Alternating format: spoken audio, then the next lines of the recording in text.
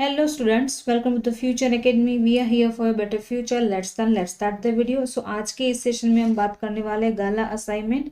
उसका प्रश्न पत्र 1 है, हिंदी सब्जेक्ट में हम देखने वाले हैं। सेक्शन ए और बी इसी वीडियो में देख लेंगे। सी और डी जो सेक्शन है उसको हम सेकेंड वीडियो के अंदर देखेंगे। तो चलिए सेशन स्टार्ट करते हैं और वीडियो एंड तक देखिएगा। पसंद आए तो लाइक करना और चैनल को सब्सक्राइब करना मत भूलना। तो चलिए सेक्शन ए में यहाँ पे नंबर 1, साक्षात्कार के समय वृद्ध सज्जन ने स्नेहमयी वाणी में सुधा से क्या कहा। ऑप्शंस आपके पास है। ए, आप जैसी मेधावी लड़कियों को अनुसंधान शालाओं में जाकर कार्य करना चाहिए। ऑप्शन बी है, महिलाएं ऐसा काम नहीं कर सकती।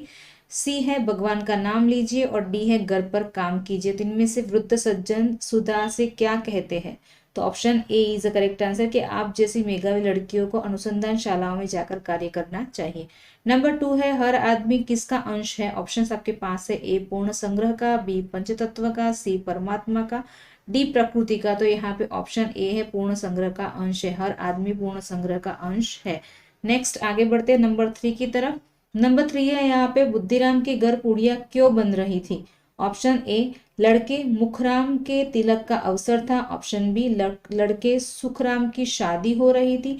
ऑप्शन सी, लाडली का जन्मदिन था। ऑप्शन डी है, जनेऊ का अवसर था। तो क्या वहां पे अवसर था, क्या चल रहा था जिस वजह से घर में पुड़िया बन रही थी?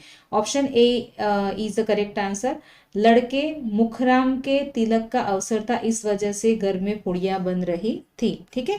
देन नेक्स्ट यहाँ पे है, रिक्त स्थानों की पूर्ति कीजिए। नंबर 4 है, विद्युत ऊर्जा को डैश ऊर्जा में परिवर्तित किया जा सकता है। तो क्या आंसर आएगा? अणु या यांत्रिक? तो यहाँ पे उत्तर आता है यांत्रिक ऊर्जा में परिवर्तित किया जा सकता है।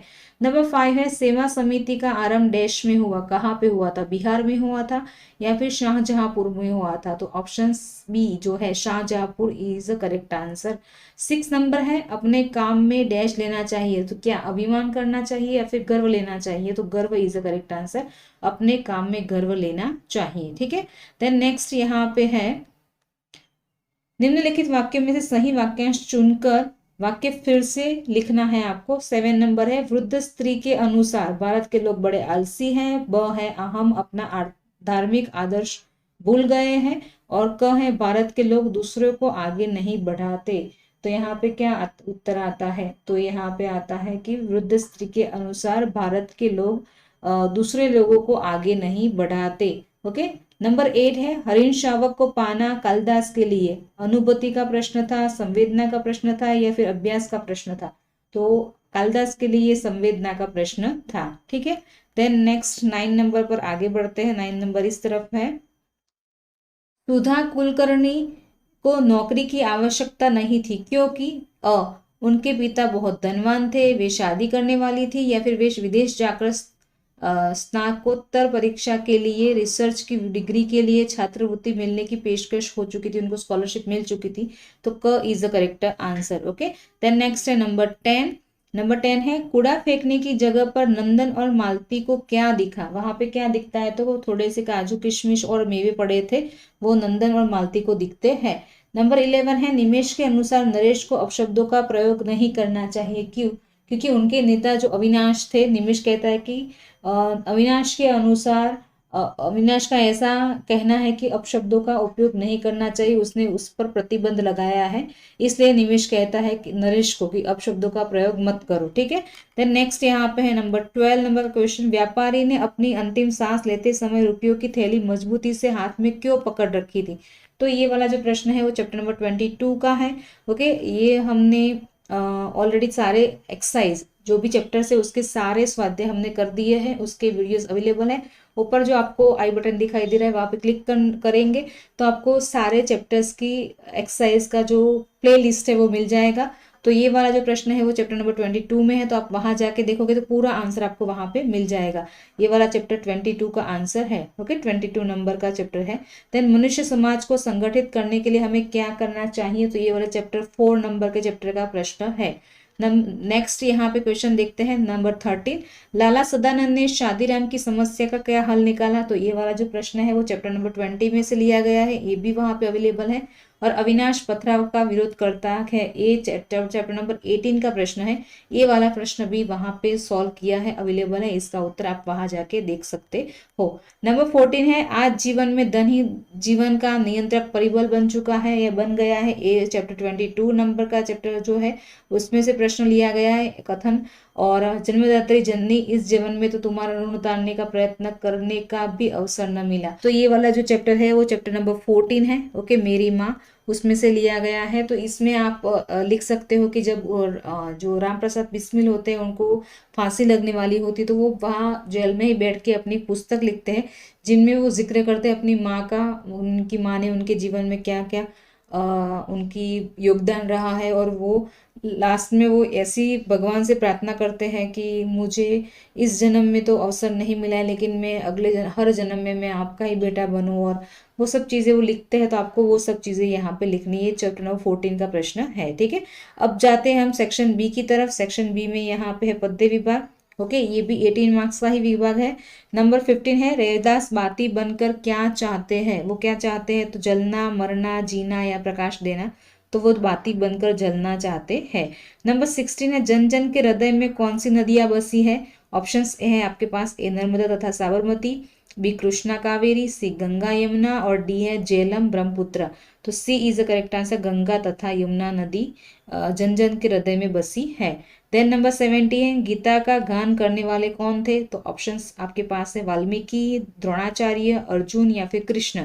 तो श्री कृष्ण गीता का गान करने वाले व्यक्ति थे, ओके। सो ये वाले हो गए आपके विकल्पों में से उत्तर, एमसीक्यू। आगे बढ़ते हैं हम लोग। सही विकल्प चुनकर रिक्त स्थानों की पूर्ति कीजिए।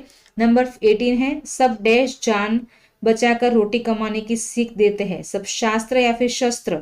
तो आपको पता है शास्त्र यानी जो पुस्तक होती है, सब शास्त्र जान बचाकर रोटी कमाने की सीख देते हैं। नंबर 19 है, जब भारतवर्ष हमारा है काव्य की रचना हुई तब भारत में डैश करोड़ जनसंख्या थी। 42 या फिर 45। तो ऑप्शन ए जो है 42 इज अ करेक्ट आंसर। देखिए ये वाला प्रश्न पोएम में से नहीं लिया है, लेकिन प्रस्तावना में और टिप्पणी में आपको दिया गया है वहां पे। तो ये सब पढ़ना भी जरूरी है। ऐसे नहीं कि आपको जो भी वहां पे बुक में स्वाध्याय है और चैप्टर को पढ़ लिया तो काम हो गया, नहीं, आपके प्रस्तावना में से भी क्वेश्चन आ सकते हैं। ओके, डिटेलिंग कहीं से भी निकालेंगे और ऐसा 1-2 मार्क्स का ट्रिकी क्वेश्चन पूछेंगे ही वो लोग, तो ध्यान रखना। नंबर 20 है, कुत्ते और खहरे की दौड़ डैश में जारी रही। कहाँ, जंगल या फिर खेत में। तो खेत में वो दोनों की दौड़ जारी रहती है। नेक्स्ट यहाँ पे 21 नंबर, वाक्यांश पूर्ण करना है आपको। मीराबाई ने अपने सदगुरु की कृपा से क्या पाया, बहुत बड़ा महल पाया, राम रतन धन पाया, लोक लाज खोई। तो बी यानी ब is the correct answer, Ram रतन धन पाया। लकुटी लेकर रसखान क्या करना चाहते हैं, गायों को भगाना चाहते हैं, चलाना चाहते हैं, कृष्ण की भांति वन में भटकते हुए गायों को चराना चाहते हैं। तो क is the correct answer. Then 23 है, भारत का अस्तित्व नव वर्ष से है, नव सृजन का स्वप्न जागे तब से है, या फिर पाषाण युग से है। तो बी ब इज द करेक्ट आंसर, नव सृजन के स्वप्न जागे तब से भारत का अस्तित्व है, ठीक है। देन नेक्स्ट यहाँ पे है, निम्नलिखित प्रश्नों के एक एक वाक्य में उत्तर लिखिए। देख लेते हैं कौन सा वाला प्रश्न है यहाँ पे। साधु मौन धारण क्यों करते हैं। वो क्यों मौन धारण करते हैं, क्योंकि जब उनसे गूढ़ प्रश्न पूछे जाते हैं तो उसका उत्तर देने से वो बच सके, इसके लिए वो मौन धारण करते हैं। और इससे क्या होगा, उनका धर्म संकट कट जाता है, तो इसलिए साधु मौन धारण करते हैं। नंबर 25 है, हम कैसे नाविक है। तो यहाँ पे उत्तर लिख सकते हैं कि हम काल रूपी जल्दी के नाविक है, काल रूपी जल्दी के नाविक है। देन नेक्स्ट 26 नंबर है, कवि ने बुक की दशा को सुंदर क्यों कहा है। तो यहाँ पे ये वाला जो प्रश्न है वो चैप्टर नंबर 23 में से लिया गया है, ओके। तो आप वहां जाओगे प्लेलिस्ट में तो मिल जाएगा। सूखे पेड़ पर तोते को देख इंद्र को क्यों आश्चर्य हुआ। तो ये वाला प्रश्न भी आपको चैप्टर नंबर 19 में मिल जाएगा। तो वहां पे आपको ये आंसर अवेलेबल है, आप वहां जाके देख सकते हो, ठीक है। 27 नंबर का क्वेश्चन है यहाँ पे, हिंदुस्तान हमारा है स्वरधारा किसकी है और कब से है। तो ये वाला चैप्टर 11 का प्रश्न है, और इसके ऑप्शन में जो है जनशक्ति महान का प्रश्न पूछा है वो चैप्टर नंबर 15 में से पूछा गया है, ये भी अवेलेबल है आंसर। और 28 नंबर का लास्ट क्वेश्चन हम देख लेते हैं, प्रभु जी तुम चंदन हम पानी, जाकी अंग अंग बास समानी, प्रभु जी तुम धन बन हम मोरा, जैसे चितवत चंद चकोरा। तो ये वाला चैप्टर 1 का पोएम की लाइन है, इसको आपको एक्सप्लेन करना है। और जड़ता बनी चेतना सरसी, ये चैप्टर नंबर 7 का प्रश्न है। ये वाला option answer already YouTube channel पर अवेलेबल है, प्लेलिस्ट पर अवेलेबल है। आप वहाँ चैप्टर में जाइए, स्वाध्याय को देखिए, आपको सारे आंसर्स मिल जाएंगे। तो यहाँ पे हमारा हुआ है पूरा सेक्शन ए और बी पूरा सॉल्व हो गया है। आई होप कि आपको वीडियो पसंद आया होगा। पसंद आया तो लाइक करना, ओके, चैनल को सब्सक्राइब करना और शेयर करना मत भूलना। मिलते हैं नेक्स्ट सेशन में, सेक्शन सी और डी को लेकर आएंगे। तब तक take care, love you, bye.